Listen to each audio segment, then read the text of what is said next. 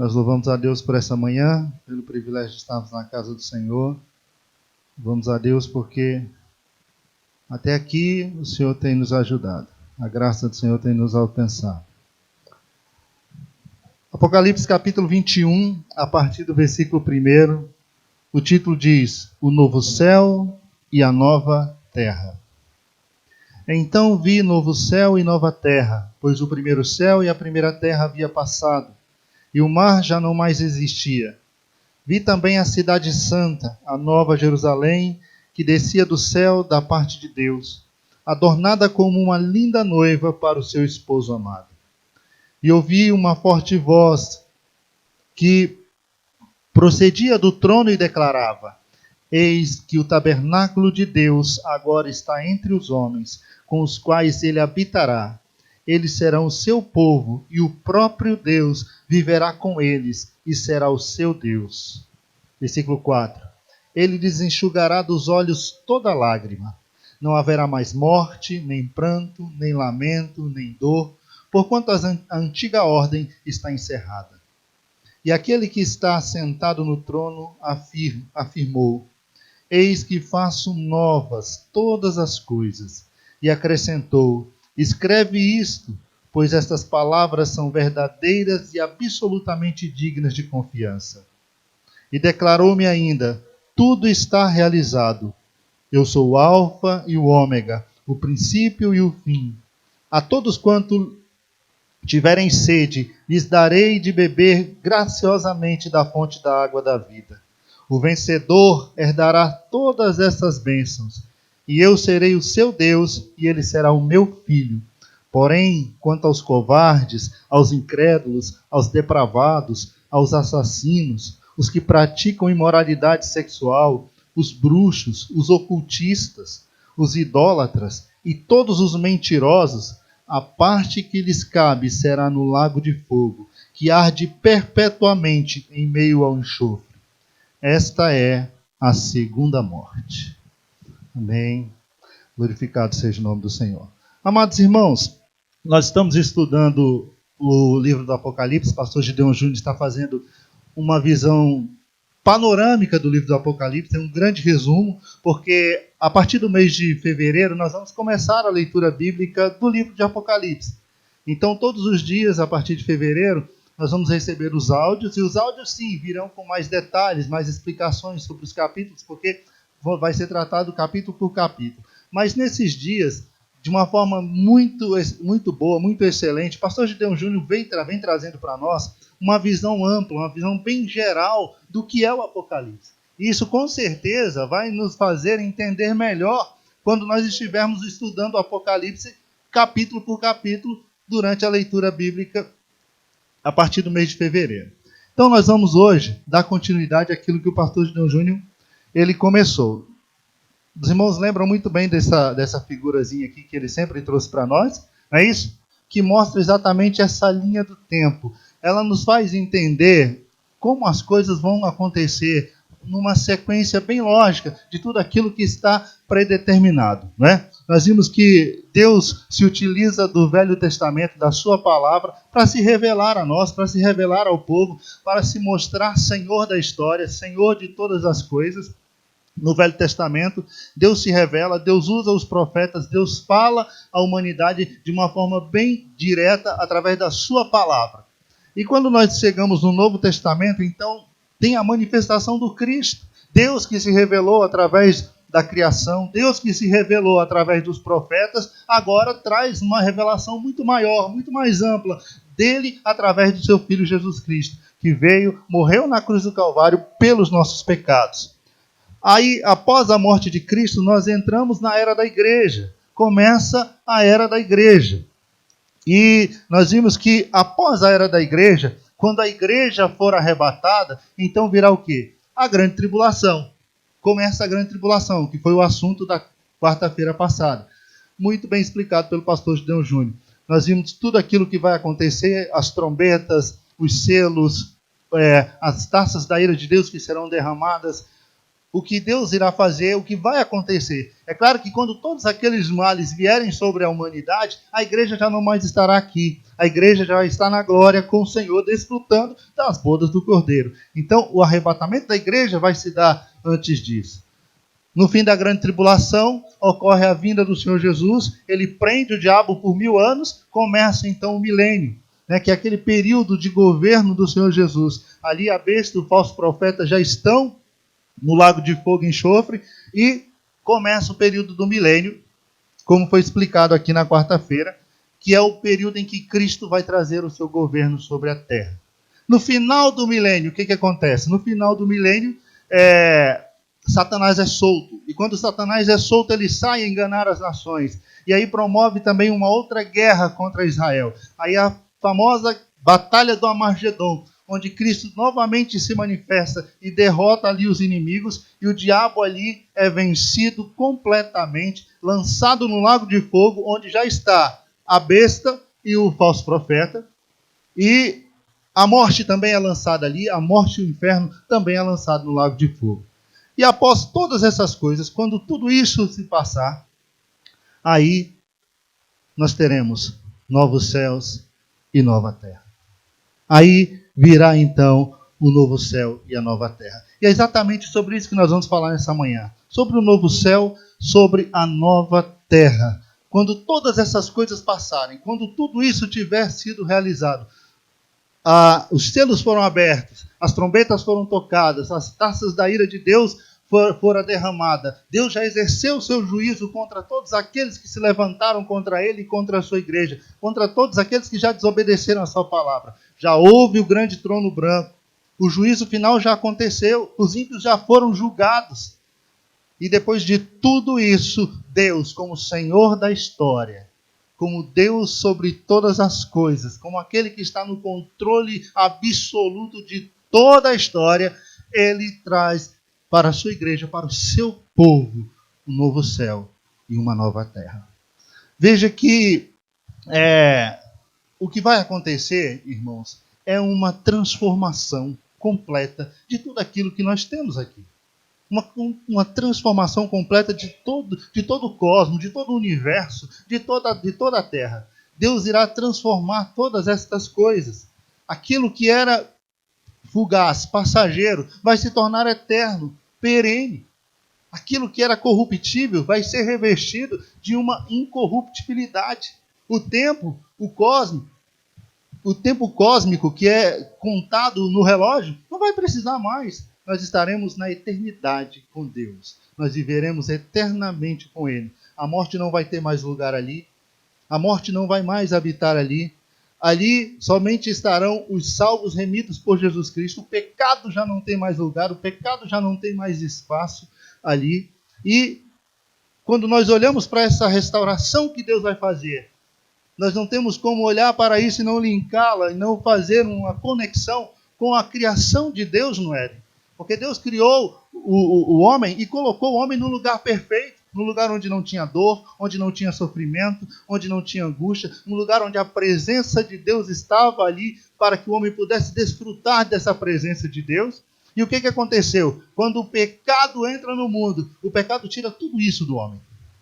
O pecado tira o homem de tudo aquilo que Deus havia preparado para ele, tudo aquilo que Deus havia reservado para ele. O pecado vem e destrói tudo isso.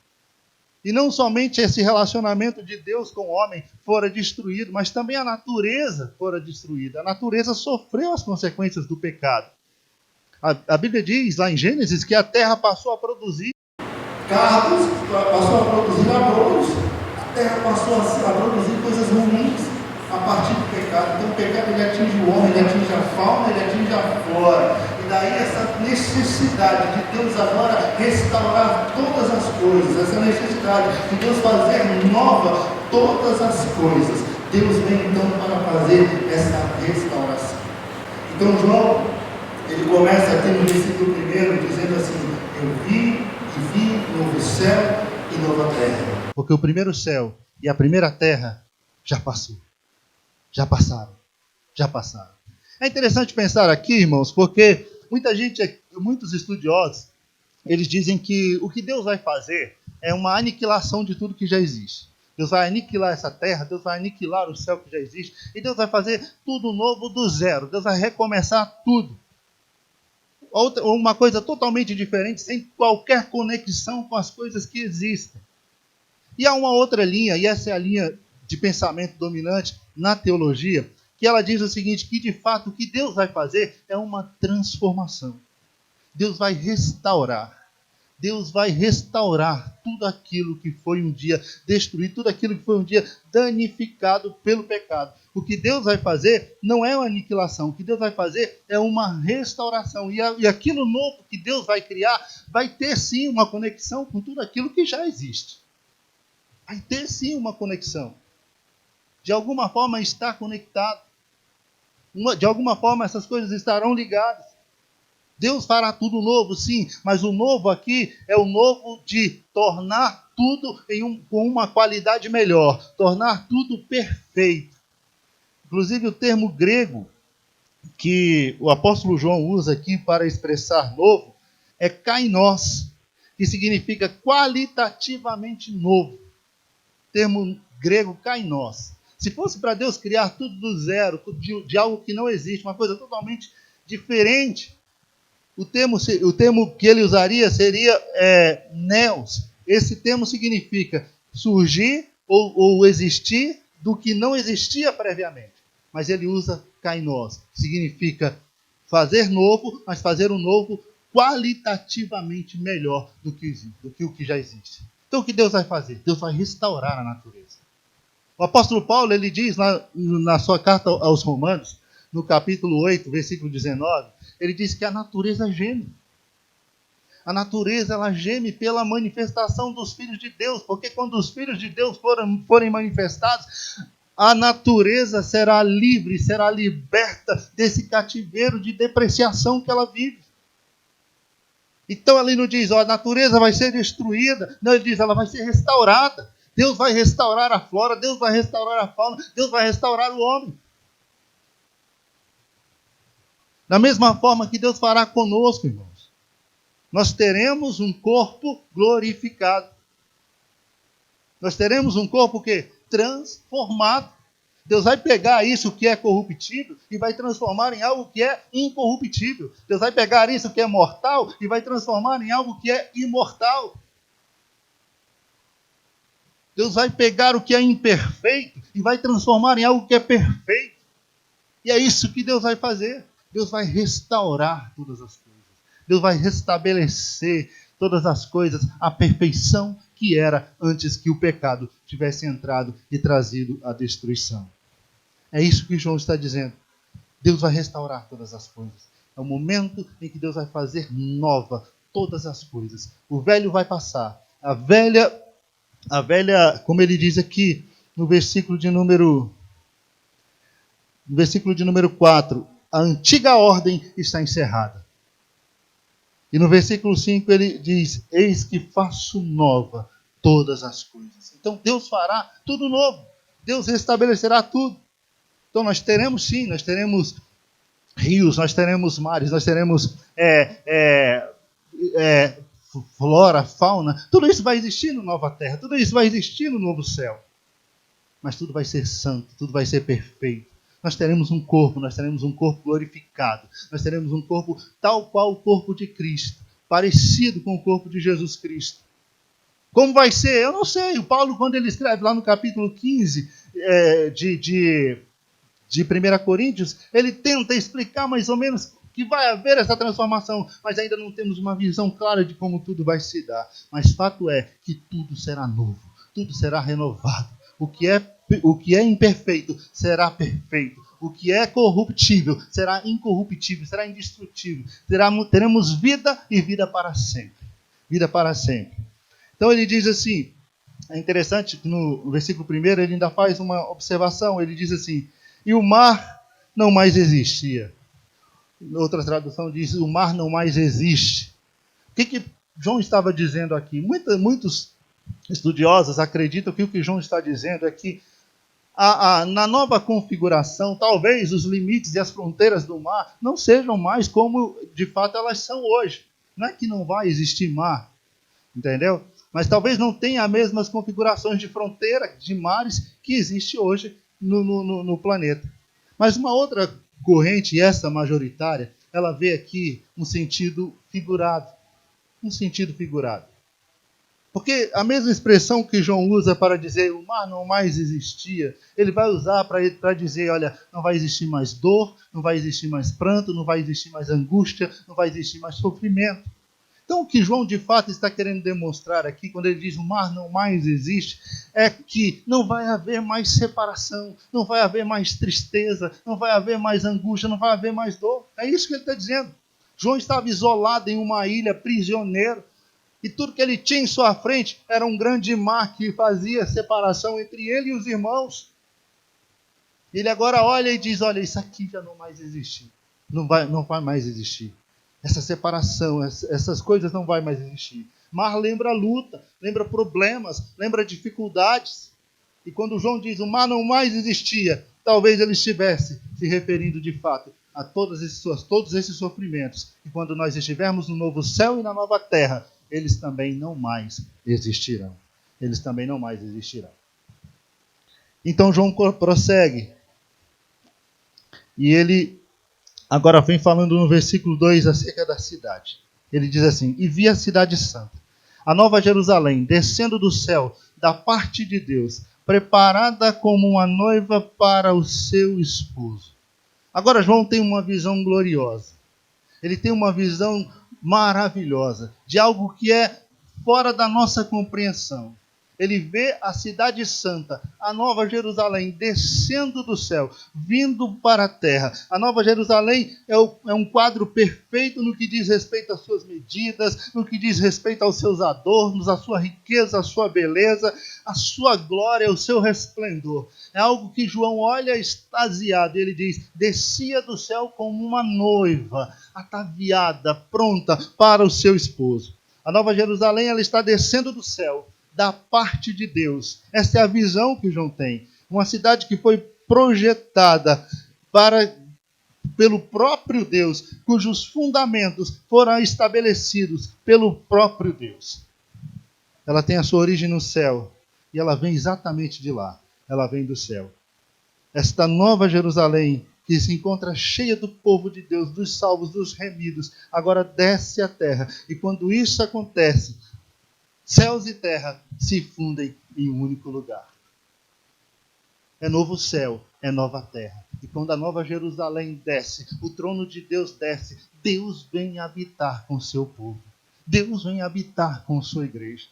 Deus vem habitar com os seus. É interessante a descrição dessa cidade que João faz aqui no capítulo 1, a partir do versículo 9. Nós vamos somente fazer a leitura aqui de alguns versículos. Não vamos entrar nos detalhes da cidade, porque não temos tempo para isso nessa manhã. Mas veja aí, a partir do versículo 9, do capítulo 21 de Apocalipse, a descrição que o apóstolo faz da cidade celestial. Ele diz assim, então um dos 7 anjos que trazia as 7 taças cheias dos 7 últimos flagelos aproximou-se e me orientou. Vem e te mostrarei a noiva, a esposa do Cordeiro. Versículo 10, e ele me conduziu no espírito a uma parte alta de uma montanha, e revelou-me a cidade santa, Jerusalém, que descia do céu, da parte de Deus. Ela resplandecia como a glória de Deus, e o seu resplendor era como o brilho de uma joia lapidada e muito preciosa, assim como um grande diamante translúcido, feito de cristal puro. Tinha um sólido e altaneiro muro com 12 portais e 12 anjos junto aos portais. Nessas portas adornadas estavam escritos os nomes das 12 tribos de Israel. Assim haviam 3 portas ao oriente, 3 portas ao norte, 3 portas ao sul, 3 portas ao ocidente. O muro da cidade tinha 12 fundamentos e neles estavam gravados os nomes dos 12 apóstolos do Cordeiro. É interessante porque veja que nas portas da entrada da cidade você tinha o nome das 12 tribos de Israel. Nos alicerces, nas bases, nos fundamentos do muro, que eram 12, você tinha o nome dos 12 apóstolos de Cristo. Então veja que tanto aqueles que participaram da velha aliança, como aqueles que participaram da nova aliança, estarão lá reunidos. A cidade é tanto para aqueles que creram em Deus, quanto da antiga aliança, quanto para aqueles que creram em Deus na nova aliança. Lá estarão o nome das 12 tribos de Israel, e lá também estarão o nome dos apóstolos nos fundamentos do muro. Isso porque a igreja ela está fundada na doutrina, fundamentada na doutrina dos apóstolos. É isso que Paulo diz quando ele escreve aos Efésios. A igreja está fundada na doutrina dos apóstolos. Então, veja que ali está representado isso. Versículo 26, ou melhor, versículo 14 diz: o muro da cidade tinha 12 fundamentos e neles estavam gravados o nome dos 12 apóstolos do Cordeiro. O anjo falava comigo, tinha uma medida, uma vara feita de ouro para medir a cidade e seus portais e seus muros. A cidade era quadrangular. Imagine, um cubo imenso, gigante. E aí ele diz aqui as medidas da cidade, no versículo 16. Ele diz, seu comprimento e largura eram iguais. Ela media 2.200 quilômetros de comprimento e a largura e a altura eram também iguais ao comprimento. Imagine a grandiosidade disso. Talvez na sua Bíblia estejam 12 estágios. 12.000 estágios, né? Mas aqui na minha Bíblia, na minha versão, ele já traduz isso aqui para as medidas nossas. Então daria esses 12.000 estágios de altura, de largura, de comprimento. Isso indica o quê? Perfeição, irmãos. Perfeição, essa simetria na medida da cidade, ela indica a perfeição daquilo que Deus criou para o seu povo. Deus criou uma cidade perfeita para habitar com o seu povo e com a sua igreja. Então isso indica a perfeição. E esse tamanho, essa grandiosidade, indica aquilo que Jesus um dia falou lá no Evangelho de João, no capítulo 14. Você lembra? Jesus disse assim, olha, na casa de meu pai há muitas moradas. Por isso que a cidade é grande. Por isso que são 2.200 quilômetros de largura, 2.200 quilômetros de comprimento, 2.200 quilômetros de altura. É uma coisa imensa, irmãos. É daqui no Nordeste a largura, daqui no Nordeste o comprimento. Tem lugar para todo mundo. Claro que isso de uma forma simbólica. João aqui não quer se prender exatamente às medidas. O que ele quer demonstrar é a grandiosidade desse lugar. Que Deus preparou lugar para a sua igreja, para o seu povo. Para que ele pudesse habitar com a sua igreja, habitar com o seu povo.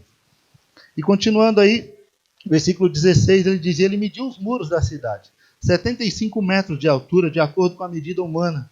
O muro era todo feito de diamante e a cidade era de ouro puro, semelhante ao vidro límpido. Os fundamentos do muro da cidade estavam ornados com todas as espécies de pedras preciosas. O primeiro fundamento era de cristal de jaspe, o segundo fundamento de safira, o terceiro de calcedônia, o quarto de esmeralda, o quinto de sardônica, o sexto de sárdio, o sétimo de crisólito, o oitavo de berilo, o nono de topázio, o 10º de crisópaso, o 11º de jacinto e o 12º de ametista. Então, eram pedras preciosas. Sabe o que isso nos faz lembrar? Isso nos faz lembrar a éfode sacerdotal. Você lembra que o sacerdote, quando nós estudamos sobre a veste sacerdotal, ele vestia uma éfode sacerdotal, e naquela éfode sacerdotal, naquele manto sacerdotal, ele tinha ali 12 pedras preciosas. Cada pedra representava uma das tribos de Israel. Da mesma forma, aqui na Cidade Santa, há essa demonstração. Você lembra que o escritor aos Hebreus, ele disse bem assim, que o tabernáculo terreno é sombra de um tabernáculo celeste? Que aquilo que Deus pediu para que Moisés fizesse aqui era a sombra de algo perfeito que ele tinha lá na glória. Você lembra que quando Salomão edificou o templo, ele edifica o templo e o lugar santíssimo dentro do templo, lá onde Deus estava, onde Deus habitava, ele era quadrado. Ele tinha 9 metros de largura, por 9 metros de comprimento, por 9 metros de altura, e era todo revestido em ouro. E se lembra que quando nós falávamos sobre isso, nós dizíamos, é a figura da cidade santa, daquilo que Deus vai fazer, porque é o tabernáculo de Deus com o seu povo. Deus estava mostrando, já ali naquele momento, o que ele faria. Que aquilo ali era a sombra do que Deus já tem preparado para a sua igreja, lá no céu. Lá na glória. Deus já tem preparado, que um dia vai descer para o novo céu, para a nova terra. Vai se fundir. Céus e terra serão a mesma coisa, porque Deus vai estar conosco. Deus habitará conosco. Deus vai tabernacular conosco. Veja que o versículo de número 3, ele diz assim: e ouvi uma forte voz que procedia do trono e declarava: eis o tabernáculo de Deus. Eis que o tabernáculo de Deus agora está entre os homens, com os quais ele habitará. Eles serão o seu povo, e o próprio Deus viverá com eles, e será o seu Deus. Então esse é o momento em que Deus desce para habitar eternamente com o seu povo. É o momento em que a igreja se reúne para estar para sempre com o Senhor. Você sabe que esse sempre foi o desejo de Deus. Deus nos criou para que pudéssemos viver com Ele para sempre. Você lembra do Éden? Deus todo dia vinha conversar com Adão na viração do dia. Havia um encontro marcado entre Deus e Adão. Deus se aproximava de Adão. Deus se revelava a Adão. Tinha um relacionamento. Agora não vai ser uma visita de Deus todo dia. Deus estará para sempre conosco. Lá na glória nós estaremos para sempre com o Senhor. Nós estaremos para sempre. Deus, quando começa a se revelar a Moisés, Deus fala com Moisés no monte. Deus fala com Moisés apenas. Deus não fala com o povo. E o momento em que Deus quis falar com o povo se assustou. O povo teve medo da voz de Deus. Sabe o que é que Deus disse para Moisés? Moisés, sobe aqui. Eu vou te mostrar a planta de um tabernáculo. Você vai construir, porque eu vou descer para habitar no meio do meu povo. Eu vou habitar com eles. Eu quero estar no meio deles. Eu quero estar perto deles. Esse sempre foi o desejo de Deus. Esse sempre foi o desejo de Deus.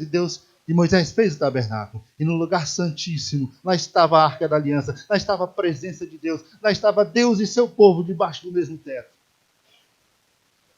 Somente o sacerdote tinha acesso. Somente o sacerdote, uma vez por ano, entrava na presença de Deus. Mas não era isso que Deus queria. Tanto é que depois Davi ele faz a tenda, e quando ele faz a sua tenda, ele pega a arca, ele leva para a tenda, e aquilo que era restrito somente ao sacerdote, agora todo o povo pode chegar e pode ver a presença de Deus, pode louvar a Deus, pode adorar a Deus. Os sacrifícios agora eram oferecidos, mas também era oferecido louvor, adoração, porque isso apontava já para a era da igreja de como seria a adoração na nossa época, como a igreja adoraria o Senhor, sacrifício de louvor, gratidão, adoração, canções, cânticos, música, instrumentos. Mas também era uma sombra do que vai acontecer no céu, da adoração que se fará no céu. Salomão constrói o templo, ele põe lá no lugar santíssimo a Arca da Aliança, a presença de Deus continua no meio do povo. Mas quando Cristo vem, o Deus que se manifestava ali no lugar santíssimo, agora ele vem habitar junto com o seu povo. Ele tabernacula com o povo. É o Deus presente. Tanto é que um dos nomes de Jesus é o quê? Emanuel. Emanuel é Deus conosco. Então Jesus é o verbo que se fez carne e habitou entre nós. Foi Deus que se tornou homem e veio habitar conosco, tabernacular conosco, porque esse sempre foi o desejo de Deus. E quando Jesus morre, o véu do templo se rasga de alto a baixo. Não há mais separação. Agora, através de Jesus Cristo, do sacrifício de Jesus, todos têm acesso a Deus, à presença de Deus. E Deus que habitava no lugar santíssimo, Deus que habitava somente ali naquela tenda onde ficava a arca da congregação, a arca da aliança, ele agora habita o meu e o seu coração. Agora Paulo olha e diz assim: não sabeis que o vosso corpo é templo e habitação de Deus? Que Deus habita em vocês? Que agora Deus habita em vocês? Quando o Espírito Santo desce, ele vem sobre os crentes, ele vem sobre a igreja, sobre a minha vida, sobre a sua vida. Deus está em mim, Deus está em você. Nós somos o templo e a habitação de Deus. É por isso que João, quando ele olha para a nova cidade, para a nova Jerusalém, que descia do céu, ele diz: é o tabernáculo de Deus com os homens. É Deus descendo, e agora vamos habitar com Deus. Nós vamos estar para sempre com Ele. Nós vamos estar para sempre na presença de Deus. É por isso que é céu, irmãos. É por isso que é céu, porque a presença de Deus está lá. É porque Deus está lá. Glória a Deus. No versículo 4 do capítulo 21, nós temos uma descrição de algumas coisas que não vai existir no céu. Que não vai existir nessa nova terra. Não vai existir. E o versículo 4 ele começa dizendo assim. Versículo 4, capítulo 21. Ele enxugará dos olhos toda lágrima. Não haverá mais morte, nem pranto, nem lamento, nem dor, porque a antiga ordem está encerrada. Então veja, lá não vai existir mais lágrimas. Não vai existir morte, tristeza, pranto, nem dor. Você consegue imaginar um lugar assim? Desde que o pecado entrou no mundo, irmãos, esse lugar se tornou um lugar de lágrimas, de dor, de sofrimento, de angústia. Desde que o pecado entrou aqui, isso aqui se tornou esse lugar de tristeza, de perdas.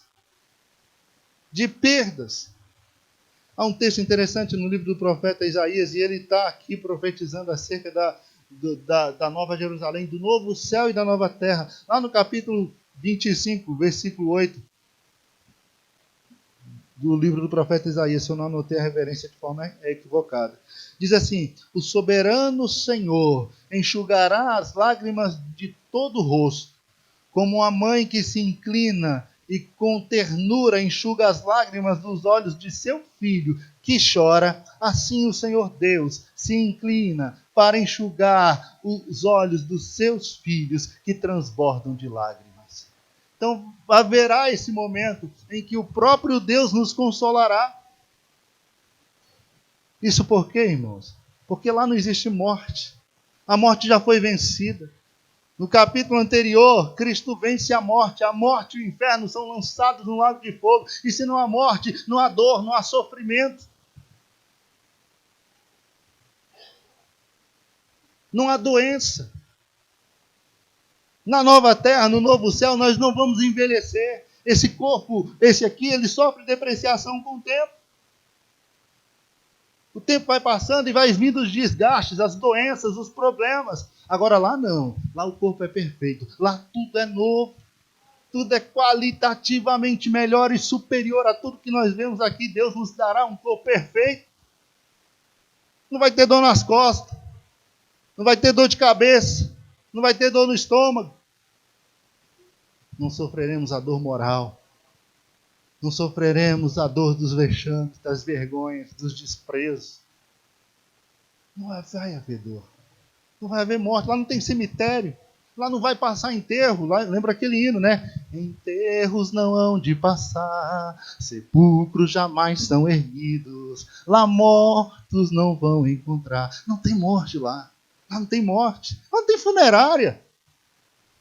Lá não tem hospital, irmãos. Lá não tem médico, Rafael.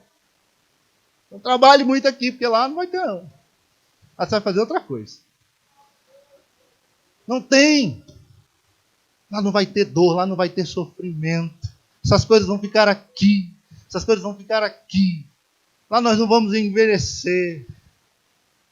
Coisa boa, hein? Não vamos envelhecer, nós vamos viver eternamente com o Senhor. Eternamente com o Senhor. Então as lágrimas, a angústia, né? O luto, o pranto, a enfermidade, tudo isso vai desaparecer. Lá vai ser um lugar de paz, de harmonia, de alegria, de felicidade, de uma jovialidade sem medida. Porque tudo se fez novo. Tudo se fez novo. Aquele, diz o versículo 5, aquele que se assenta no trono disse: eis que estou fazendo novas todas as coisas. E ele disse ainda: escreve, porque essas palavras são fiéis e verdadeiras. E aqui eu quero te chamar a atenção para o versículo de número 5. Quem está fazendo nova todas as coisas é o próprio Deus. É Deus que está criando todas as coisas. Deus, através de Jesus Cristo, cria todas as coisas e faz nova todas as coisas. E ele diz: olha, eu estou fazendo nova todas as coisas. E diz para João: escreve isso que você está vendo. Escreve isso que eu estou te falando. Escreve, porque você vai ter que mostrar para as pessoas, você vai ter que falar para as pessoas. E essas palavras aqui, elas são fiéis e são verdadeiras. Sabe o que está dizendo aqui? Que o céu não é um conto de carochinha. O céu não é uma utopia. Não é uma utopia. Talvez as pessoas não entendam o crente quando ele diz: eu vou para o céu, eu vou morar num lugar que vai ter paz, eu vou andar em ruas de ouro. Vai ter uma cidade gloriosa que vai descer do céu. Nós vamos habitar lá com Deus para sempre. Lá não vai ter mais dor, lá não vai ter mais sofrimento, lá não vai ter mais angústia. Eu vou estar com o Senhor. E talvez as pessoas olhem para você e digam, é doido, pirou. Então quer dizer que tu vai andar em rua de ouro. Então tu vai morar numa cidade que tem uns muros que são de jaspe reluzentes. Então você vai morar numa cidade onde tem um rio que é o rio da vida. E ele brota do trono de Deus e do trono do Cordeiro. Onde tem uma árvore que dá fruto. E o fruto dessa árvore, ela te dá vida. Então quer dizer que você vai morar num lugar assim. Você bebeu o quê? O mundo não entende, irmãos. Mas a fé nos leva a crer no Deus que fez a promessa. Fé é isso. É olhar para a palavra de Deus e dizer, Deus disse, eu creio. Deus disse que é assim, então é assim. É assim porque Deus disse que é assim. É assim porque a palavra de Deus nos garante. E Deus vela pela sua palavra. Deus vela pela sua palavra. A palavra de Deus está para sempre firmada no céu, irmãos. Passarão céus e terra, mas as palavras do Senhor, elas não vão passar. Tudo aquilo que Deus disse que iria acontecer à humanidade, está acontecendo. Deus não erra, Deus não é homem para que minta, Deus não é filho do homem para que se arrependa. E se Ele disse que há um lugar preparado para mim e para você, há um lugar preparado para todo aquele que crê em Jesus. E esse versículo aqui é a garantia, a certeza. Ele diz assim, olha, eu faço nova todas as coisas.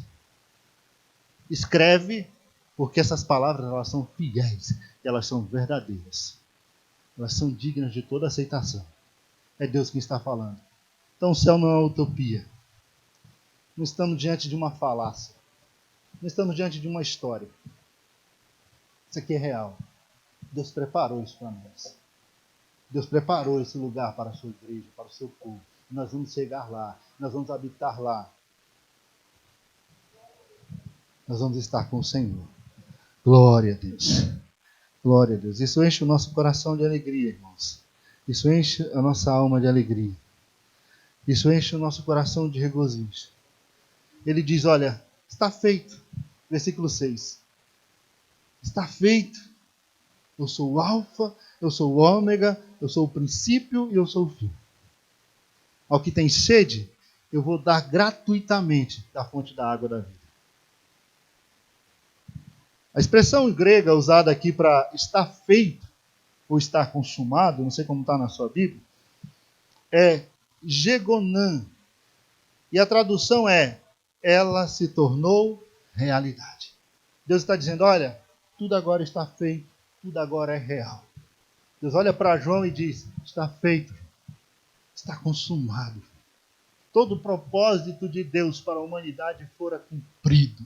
Quando a gente chegar ali, quando a gente estiver diante do Senhor, quando a gente estiver na cidade santa, quando a gente estiver habitando o céu, a nova terra, tudo aquilo que Deus preparou para nós, Deus vai olhar e dizer, está feito.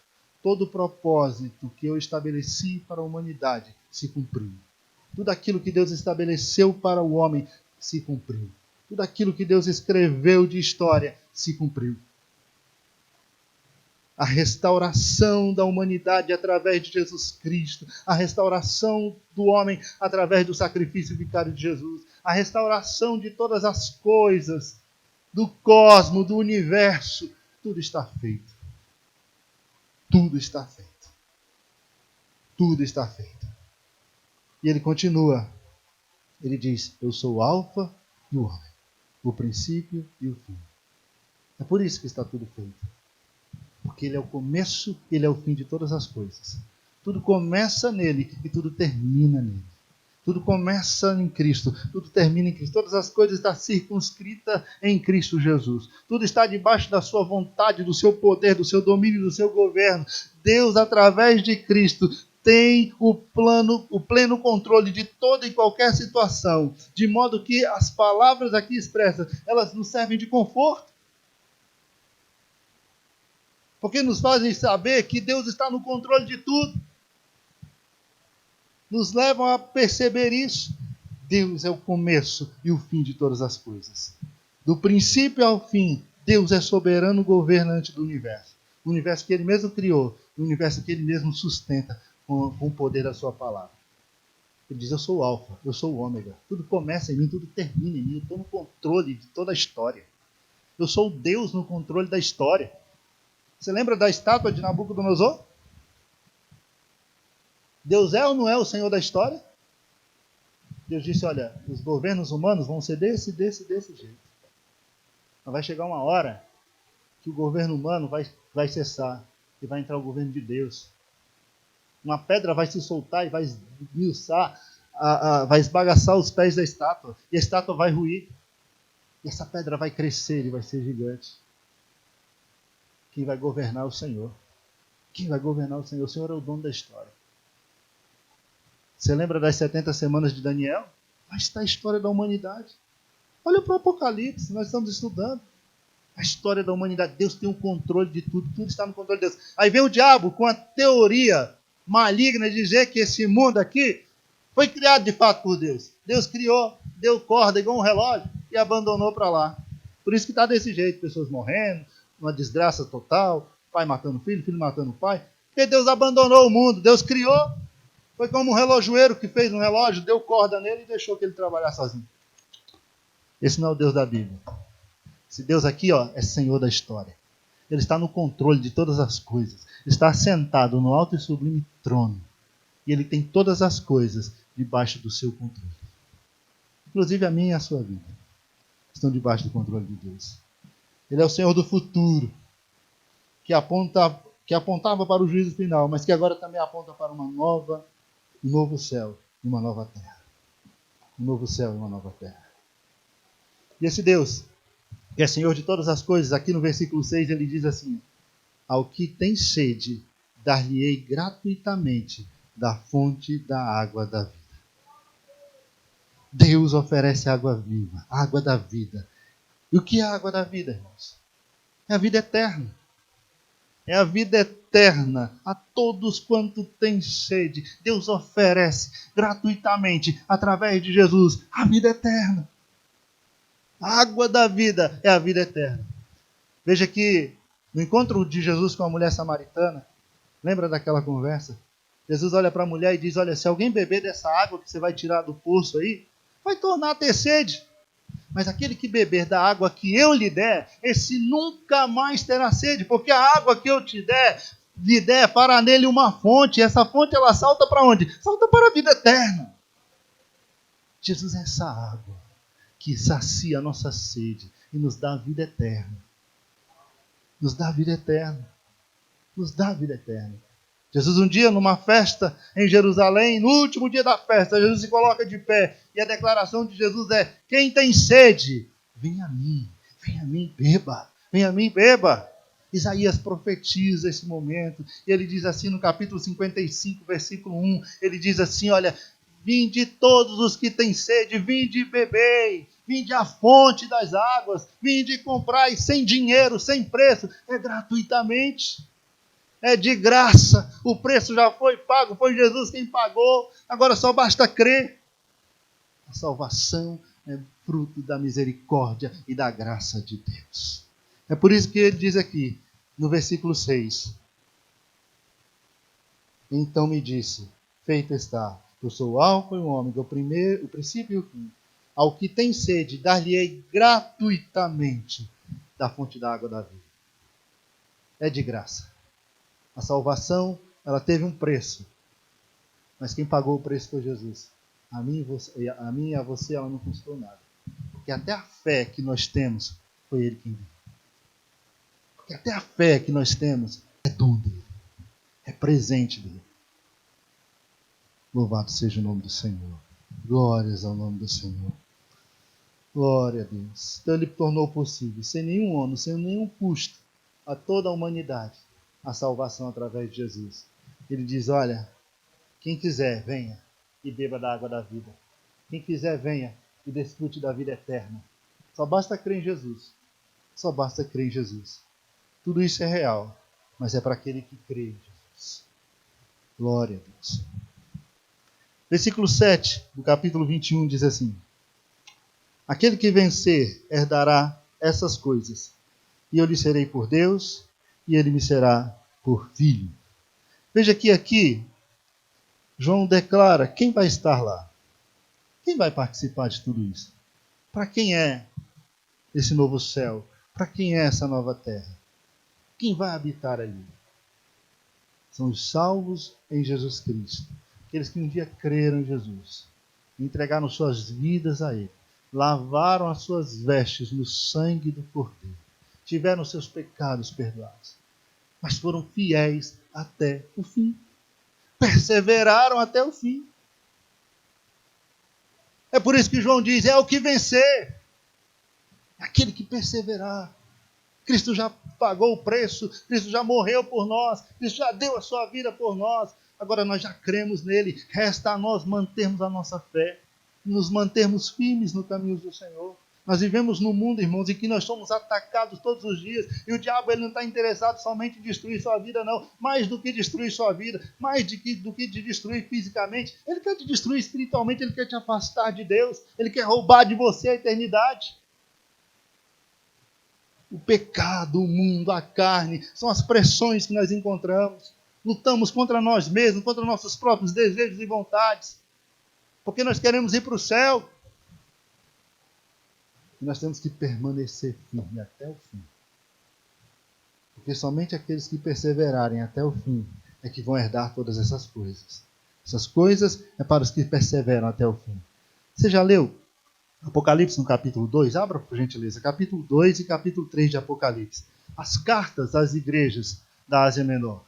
Quando Cristo escreve às igrejas, a promessa é para os vencedores. É para aqueles que perseveram firmes na palavra, guardando firme no seu coração a sua fé. Veja no capítulo 2, o versículo de número 7. A parte B do versículo 7 do capítulo 2 de Apocalipse. Diz assim: ao vencedor darei o direito de comer da árvore da vida, que está no paraíso de Deus. Quem vai comer da árvore da vida? O vencedor. Somente o que vencer. Só vai vencer aquele que permanecer fiel até o fim. Vai para o versículo 11 do capítulo 2. Na parte final do versículo 11 diz assim: o vencedor de maneira alguma sofrerá a punição da segunda morte. Ou seja, o vencedor não vai ser lançado no lago de fogo e enxofre. O vencedor vai morar no novo céu e na nova terra. Mas é somente o que vencer. É somente o vencedor. Versículo 17 do capítulo 2 de Apocalipse diz assim: ao vencedor proporcionarei do maná escondido, bem como lhe darei uma pedra branca. E sobre esta pedra branca estará gravado um novo nome, o qual ninguém conhece, senão aquele que o receber. E continuam as promessas ainda no capítulo 2, lá no versículo 26, diz assim: ao vencedor, aquele que permanecer nas minhas obras até o fim. Aqui ele identifica o vencedor. Ele diz: o vencedor é aquele que permanece firme até o fim. Eu lhe darei autoridade sobre as nações. Vai reinar com Cristo, vai governar com Cristo. Ele as governará com cetro de ferro e as reduzirá a pedaços como se fosse vasos de barro. Eu lhes concederei autoridade semelhante à que eu recebi de meu Pai.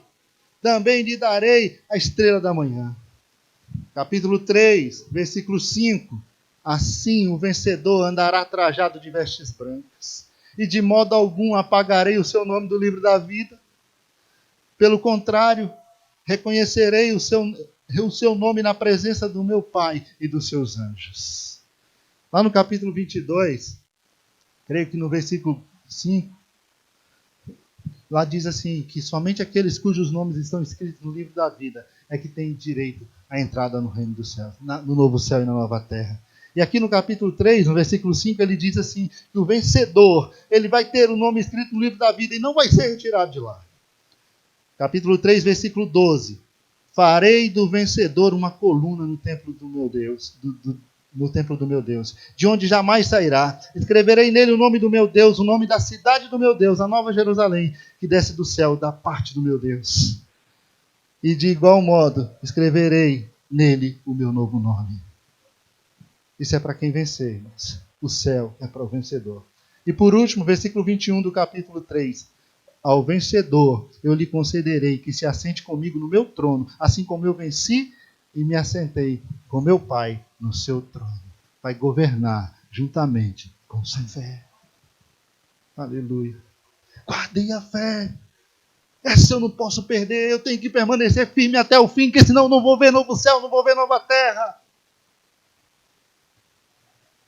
Para ver novo céu e nova terra, para desfrutar de tudo aquilo que Deus preparou, tem que ser fiel, tem que permanecer firme até o fim. E ele diz, o vencedor vai herdar todas essas coisas. É porque nós somos filhos de Deus. E se somos filhos, Paulo diz, se somos filhos, nós somos o quê? Herdeiros de Deus. Então Deus preparou isso para os seus filhos. É a herança de Deus para nós. Paulo diz que nós somos herdeiros de Deus e co-herdeiros com Cristo. É o reino inabalável que nós vamos herdar do Senhor. É o reino inabalável que nós vamos herdar de Deus. Aleluia. Vamos herdar o reino inabalável. Nós somos herdeiros dessa promessa, irmãos. Somos herdeiros. Escrito aos Hebreus, ele fala de Abraão e ele diz que ele abandonou tudo, deixou tudo para seguir a Deus. Quando lhe disse, sai da tua terra, sai do meio da tua parentela. E ele caminhou firmado numa promessa de uma terra. Mas não era a terra de Canaã, não. Era uma cidade cujo fundamento era estabelecido pelo próprio Deus. Ele sabia que Deus tinha uma herança superior àquela que Deus havia prometido para ele. Não era só Canaã. Deus tinha uma herança maior para ele. Abraão cria nisso. Está lá na carta aos Hebreus, capítulo 11. Ele esperava uma cidade cujos fundamentos foram estabelecidos pelo próprio Deus. Que cidade é essa? A Nova Jerusalém. A esperança dele era essa. E essa tem que ser a minha e a sua esperança. Por fim, versículo 8, para a gente encerrar. Versículo 8,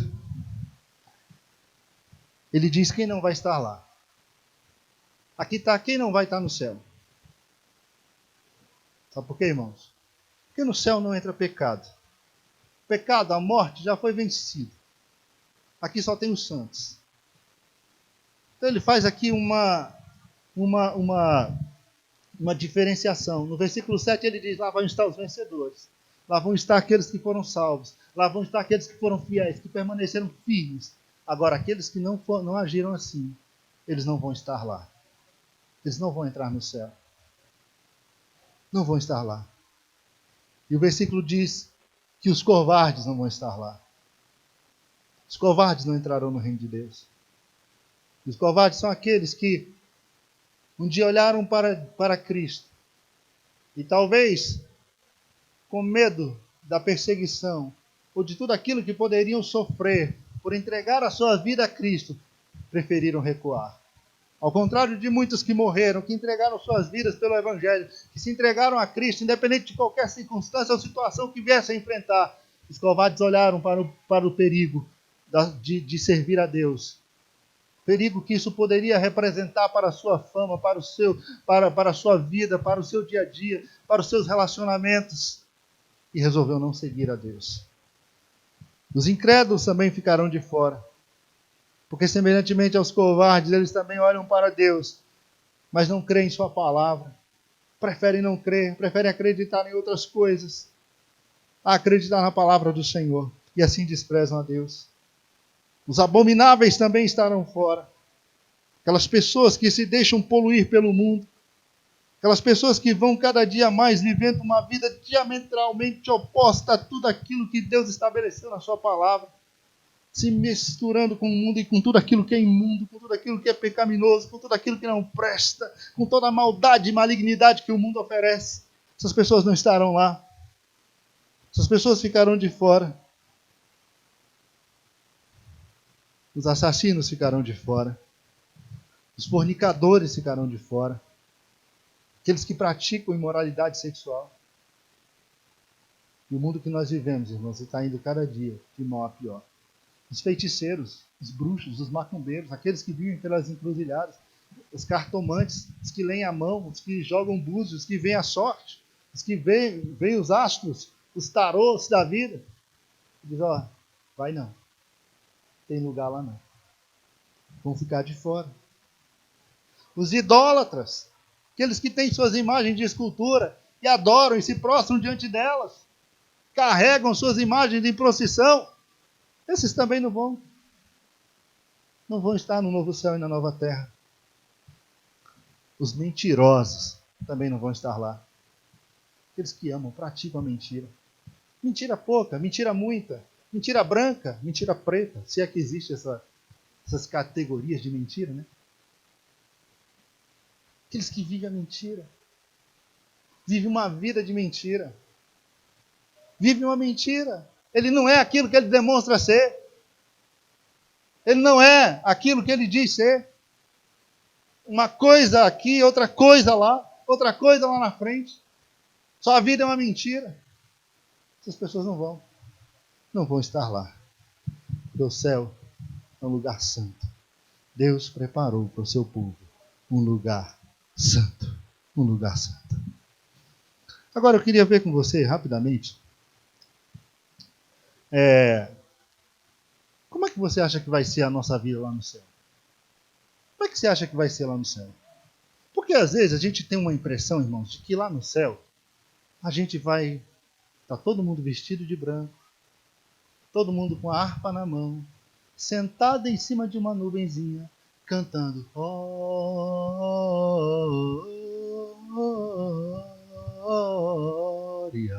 Só isso. Você acha que o céu é isso? Qual é a visão que você tem do céu? E nós acabamos pensando assim. A gente acha que o céu é monótono. A gente acha que o céu não é algo dinâmico. E às vezes quando a gente fala, vai tudo acabar, a gente olha para a terra, a gente vê, aqui a gente tem amigos, a gente tem relacionamentos, a gente tem família, a gente está perto de quem a gente ama, a gente ri, a gente come, a gente ouve música, e a gente vai ficar lá sentado, cantando no coralzinho, mexendo com a harpazinha e dizendo glória a Deus, e vendo um monte de anjo passando, um monte de anjo voando, e nós sentados na nuvem. Ainda que fosse assim seria bom, mas não é não. O céu é um lugar dinâmico. Essa visão ela vem porque, e não é de agora, desde a Idade Média já se pensava assim, que o céu fosse um lugar desse jeito. Né? E a gente imagina o céu lá em cima, mas onde eu vi a cidade desceu, é novo céu, é nova terra, tudo isso está aqui. E Deus vai vir e vai habitar conosco. Então o céu é um lugar dinâmico. Os que morreram em Cristo, eles estão dormindo no Senhor, eles estão descansando das suas obras, estão lá no seio de Abraão, aguardando o momento em que a trombeta de Deus vai soar. E quando Cristo descer, os que morreram em Cristo, eles vão ressuscitar. E eles vão receber um corpo glorificado, um corpo, irmãos. E os que estiverem vivos, nós, ou quem estiver vivo, para a vinda do Senhor Jesus, diz o apóstolo Paulo, também será transformado, vai encontrar com o Senhor nos ares e vai receber um corpo glorificado. Você não vai ser espíritozinho flutuando em nuvem, não. Você vai ter um corpo glorificado, um corpo glorioso. E Deus vai te dar um corpo que é para você poder desfrutar de tudo aquilo que Ele preparou para você lá. Para que nós possamos desfrutar de tudo aquilo que Deus preparou para nós lá. Nós vamos precisar desse corpo para desfrutar de tudo isso. Então, no novo céu e na nova terra, não vamos ter monotonia. Primeiro, Deus estará lá. Nós vamos ter um relacionamento direto com Deus. Você vê que a Bíblia diz que ninguém jamais viu a Deus. Ninguém jamais viu a Deus. Porque esse corpo físico mortal, é impossível estar diante de Deus no seu estado de pecado. Mas quando nós tivermos nosso corpo glorificado, estivermos lá, nós vamos estar diante do trono de Deus. Nós vamos estar de frente para o Senhor. Nós vamos ver o Senhor vai habitar conosco. Foi o que nós lemos aqui no capítulo 21. Deus habitará com o seu povo. E não vai ser igual no Éden, não. Você lembra? No Éden já tinha um relacionamento. Deus descia, Deus conversava com Adão, Deus falava com Adão. Adão tinha contato direto com Deus. Mas eram visitas de Deus. Lá não, lá nós vamos estar o tempo integral com o Senhor. Nós vamos estar com Deus. E tu acha que isso é monotonia? Há muito a se conhecer sobre Deus. Há muito a se saber sobre Deus. Uma eternidade não será possível para que você e eu descubramos ou entendamos tudo a respeito de Deus. Porque Deus é uma fonte inesgotável de conhecimento, de sabedoria, de ciência e de tudo aquilo que nós possamos imaginar. Então todo dia nós teremos uma novidade acerca de Deus na eternidade. Todo dia você vai descobrir algo diferente sobre Deus na eternidade. Todo dia você vai descobrir algo diferente sobre o seu relacionamento com Deus na eternidade. Você vai viver com Ele. Você vai conversar com Ele. Deus vai estar diante de você, e você diante de Deus, diante de Cristo. Lá na glória. Um lugar desse é monótono de forma alguma. Vai ter louvor, vai ter adoração. Você gosta de cantar? Tem música lá. Você gosta de tocar? Vai ter instrumento lá. Tem canções. Você gosta de comer? Tem comida lá. Você vai comer lá no céu, irmão. Primeiro que quando chegar lá já vai ter uma festa. Já vamos chegar na festa. E não pense não que você vai chegar já a noiva, a dona da festa. Nas bodas do Cordeiro. Já tem um banquete esperando. É as bodas, é a festa. Vai durar 7 anos. Pau quebrando aqui embaixo. Grande tribulação. Besta, falso profeta. O diabo. E a igreja no céu, desfrutando das bodas do Cordeiro. Lá na glória.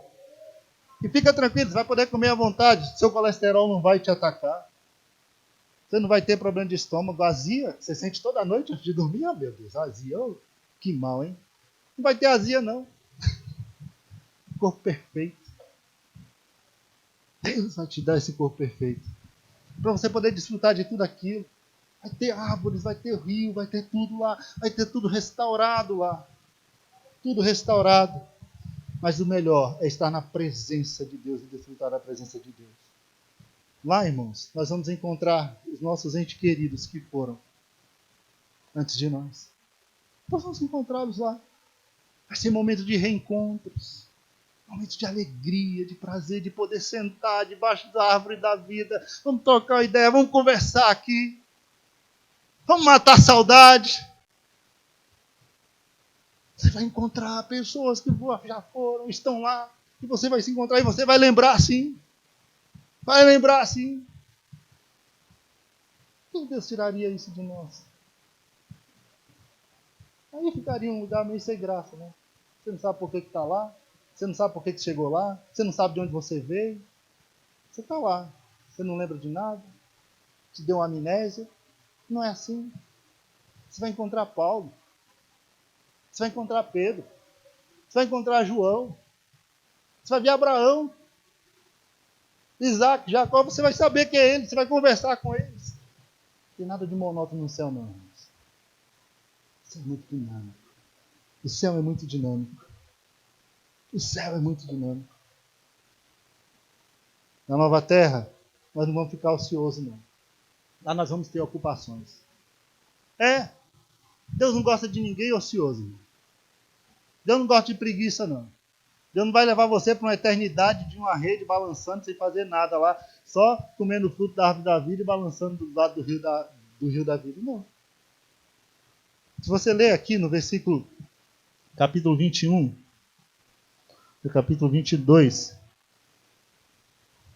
capítulo 22, versículo 3, diz assim: E nunca mais haverá maldição. Nela estará o trono de Deus e do Cordeiro, e os seus servos o servirão. Eu e você vamos servir a Deus enquanto estivermos aqui. Nós vamos servir a Deus. Você lembra de Adão? O pecado não tinha entrado no mundo.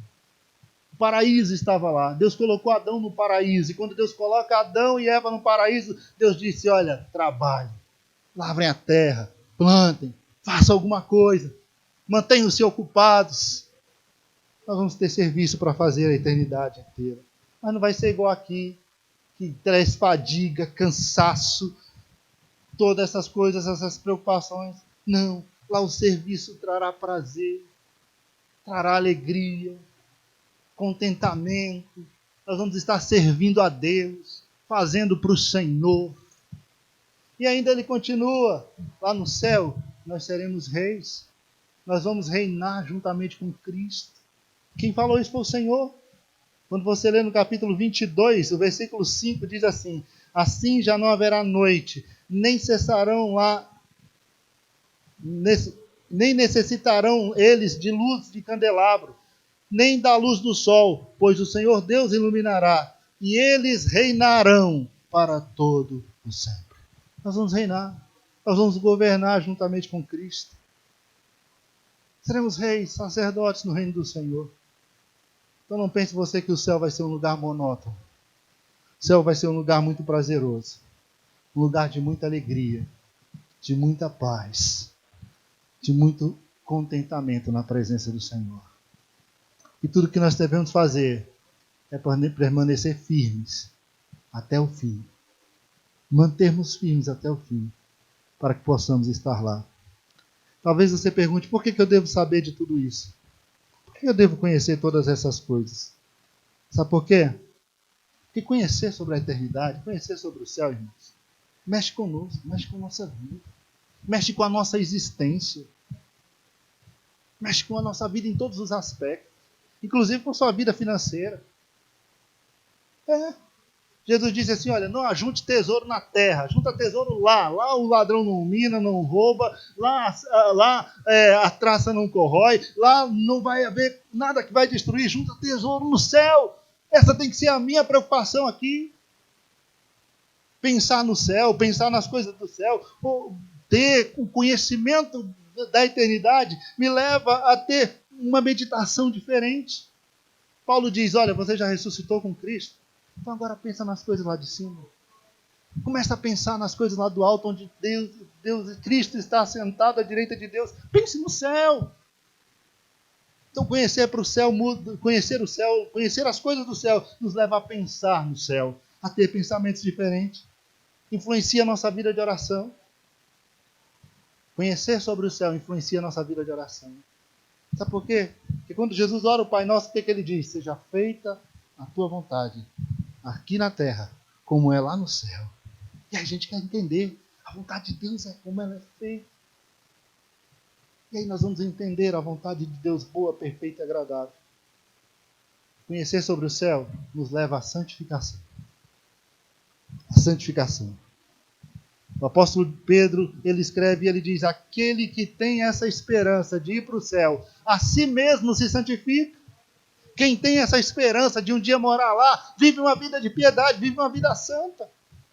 Afasta-se do pecado, afasta-se do que desagrada a Deus, porque no coração dele a esperança de morar no céu com o Senhor, de viver no céu com o Senhor. Glória a Deus. Que Deus nos abençoe. Que nós possamos permanecer firmes até o fim, meus irmãos. Ser fiel até a morte e dar-te-ei a coroa da vida. Que no final nós possamos dizer como o apóstolo Paulo, combati o bom combate, acabei a carreira, eu guardei a fé, agora me resta a coroa que ele, o justo juiz, preparou para mim e para você. Tenha certeza, o céu é uma realidade, o céu é verdade. Há novo céu, a nova terra preparada para mim e para você. Deus criou para que eu e você pudéssemos desfrutar da presença dele eternamente, para sempre, para sempre. Curva sua cabeça, mesmo assentado. Pai querido e santo, muito obrigado pela tua palavra. Muito obrigado, Senhor, porque tu nos deste Jesus Cristo, nosso Salvador, nosso Senhor. Porque em Cristo nós temos a vida eterna. Em Cristo nós temos o privilégio, Deus, de poder desfrutar daquilo que nossos olhos nunca viram. Nunca subiu à nossa mente, nunca desceu ao nosso coração. Nossos ouvidos nunca ouviram, mas o Senhor preparou para nós. Muito obrigado, Senhor. Ajude-nos a nos manter firmes, caminhando contigo, firmados em tua palavra, para que possamos desfrutar de tudo aquilo que o Senhor preparou para nós no novo céu e na nova terra, na nova Jerusalém. Nós entregamos a Ti a nossa vida, o nosso coração. Sustenta-nos em Tuas mãos, sustenta-nos em Teus caminhos. É o que te pedimos, ó Deus, em nome de Jesus. Amém. Amém. Deus abençoe. Você já conhece o nosso canal do YouTube?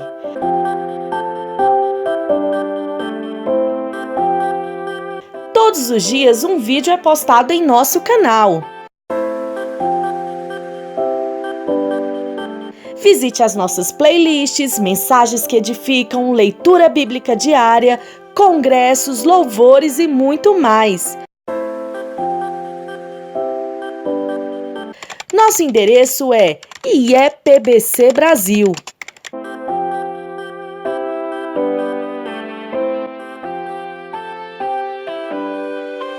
Ah, e não se esqueça de se inscrever, deixar o seu like, ativar o sininho, pois dessa forma, cada vez que postarmos um vídeo, você será avisado. E também fique à vontade para deixar o seu comentário. Igreja Evangélica Pentecostal do Brasil para Cristo. Compromisso com Deus e Sua Palavra.